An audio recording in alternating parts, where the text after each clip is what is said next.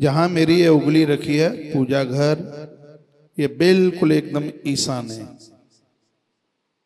पूजा घर के ठीक बगल में सर्व वस्तु भंडार पूर्व की तरफ है। उसके बगल में जो सार्वजनिक बाथरूम है वो है। उसके बगल में दधि मंथन गृह है, जहां भी आपको दही बिलोना हो, उसमें से घी निकालना हो, तो रसोई में पूरब और अग्निकोण के बीच में ये ऐसी जगह बनाई है। घी के डिब्बे आपको कहाँ रखना है, तेल इत्यादि आपको कहाँ रखना है। देखो यहाँ मेरी उंगली रखी हुई है, अग्नि और दक्षिण के बीच में। बीमारियों की दवाई कहाँ रखनी है, पूजा घर से उत्तर की तरफ है, औषधि गृह है जहां लिखा हुआ है, आप देख लीजिएगा। आपको अपनी तिजोरी कहाँ रखनी है, ये ठीक उत्तर के बीचा बीच में एक ऐसी जगह है जहां कोष को रखोगे तो आपका पैसा बढ़ेगा नहीं। ऐसा नहीं है कि आपका पैसा बढ़ेगा नहीं, आपका पैसा गलत जगह पर खर्च नहीं होगा। इस जगह पर आप बिल्कुल ठीक उत्तर में हैं और इसमें लिखा है कोषागार, वहां अपनी तिजोरी रखिएगा।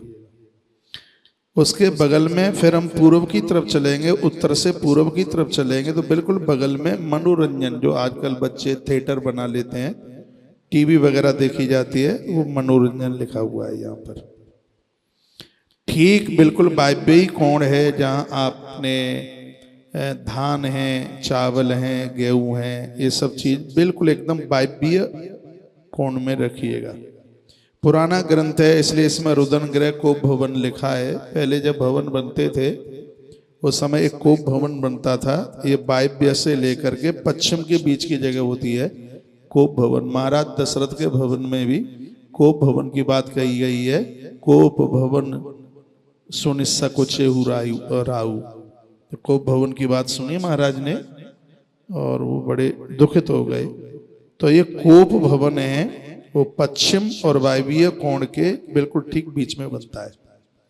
अब जो भोजन करते हैं वो जगह है वो एकदम बिल्कुल पश्चिम में है, जहां सब लोग, ये आप समझ लीजिए जो आजकल वो टेबल डाली जाती है ना, जिसको ड्राइंग टेबल कहते हैं, इस ड्राइंग टेबल का जो स्थान है जिस पर 6 कुर्सियां या 7-8 कुर्सियां हैं, उसको आप पश्चिम की दिशा में आप डालिएगा। उसको मुझे एक पेन दोगे,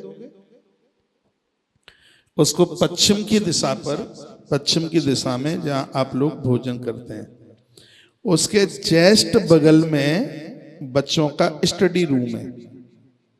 जो भोजन की जो आपने टेबल लगाई है उसके जस्ट बिल्कुल बगल में 2 रूम है। एक तो बच्चों का विद्यार्थी रूम है और एक है प्रसूत का घर। जब बच्चों का जन्म होता है, भले ही बच्चे हॉस्पिटल में जाके जन्म लें, ये आप सबको पता होना चाहिए, ना पता हो तो सुन लीजिए। ऐसा नहीं तो हॉस्पिटल में बच्चे का जन्म हो और आते ही और उस बच्चे को और बच्चे की माँ को उसी बेडरूम में पहुंचा दिया जाए जिसमें वह लोग रोज सोते हैं। नहीं, उनके लिए एक छोटा सा कक्ष बनाया जाता है, उसको प्रसूत का घर कहते हैं। 3 महीने तक उसको इस कमरे में, उसके बेडरूम से अलग इस कमरे में रखा जाता है। इसमें गिलोय जलाई जाती है, गंधक जलाया जाता है, इसमें कपूर जलाया जाता है, जिससे कोई ऐसी अशुभ घटना होने वाले बच्चे के लिए ना घटे। ग्रंथ में ऐसी तमाम बातों का वर्णन किया है, बहुत ध्यान से सुनिएगा। इसको कहते हैं प्रसूत का गृह। बच्चे को जन्म देने से 3 महीने तक एक माता या भगनी अपने बच्चे के साथ इस कक्ष में रहती है, इस कमरे में रहती है। ये बिल्कुल पश्चिम से हम नैऋत्य कोण की तरफ चलते हैं तब यहाँ 2 कमरे बनते हैं, एक है प्रसूत का घर और दूसरा है स्टडी रूम जहाँ बच्चे पढ़ते हैं। बिल्कुल एकदम नैऋत्य जो कोण है एकदम नैऋत्य है, उसमें कहीं कोई ऐसा हथियार वगैरह रखना होता है तो यह उसके लिए, और उसके बिल्कुल जस्ट बगल में पाकखाना है, जो सार्वजनिक आप लैट्रिन टॉयलेट बनाएं, ये उसके बगल में बनाया जाता है। ठीक उसके बगल में जो दक्षिण दिशा है, शयन कक्ष के लिए ये स्थान को नियुक्त किया है। शयन कक्ष, सोने के लिए जो बेडरूम है, ये आप आगे के प्रवचन में या बिल्कुल सुनेंगे कि सोते समय सिर किधर हो और सोते समय पाम किधर हो।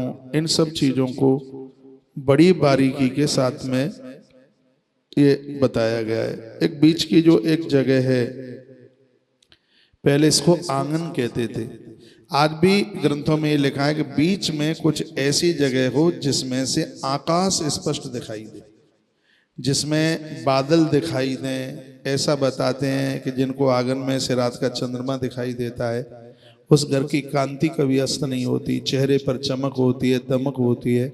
उस परिवार के लोग मुस्कुराहट के साथ, बड़ी प्रसन्नता के साथ अपने जीवन का निर्वहन करते हैं, जिसके आंगन में से आकाश दिखाई देते कि ये मेरा ये पेन चल रहा है ये। इसलिए पहले के लोग जब भवन मकान बनाते थे तो गांवों में एक लोहे का जाल टाइप का डाल दिया जाता, उसको कहते थे कि ट्रैक्टर डाल दिया उसमें ट्रैक्टर। वो बीच का वो आंगन इतना सा खुला उसको रखते थे जिससे आकाश दिखाई दे। वो ठीक वो बीच की जगह होती थी। ग्रंथ में बहुत विस्तार पूर्वक वर्णन किया है कि रात्रि का चंद्रमा वहां से दिखाई दे, उसकी किरणें उतर करके आवे। तो ऐसे मकानों में वास करने पर सबसे बड़ी बात है, क्षय रोग जैसी जो बीमारियां हैं वह कभी भी पकड़ती नहीं है।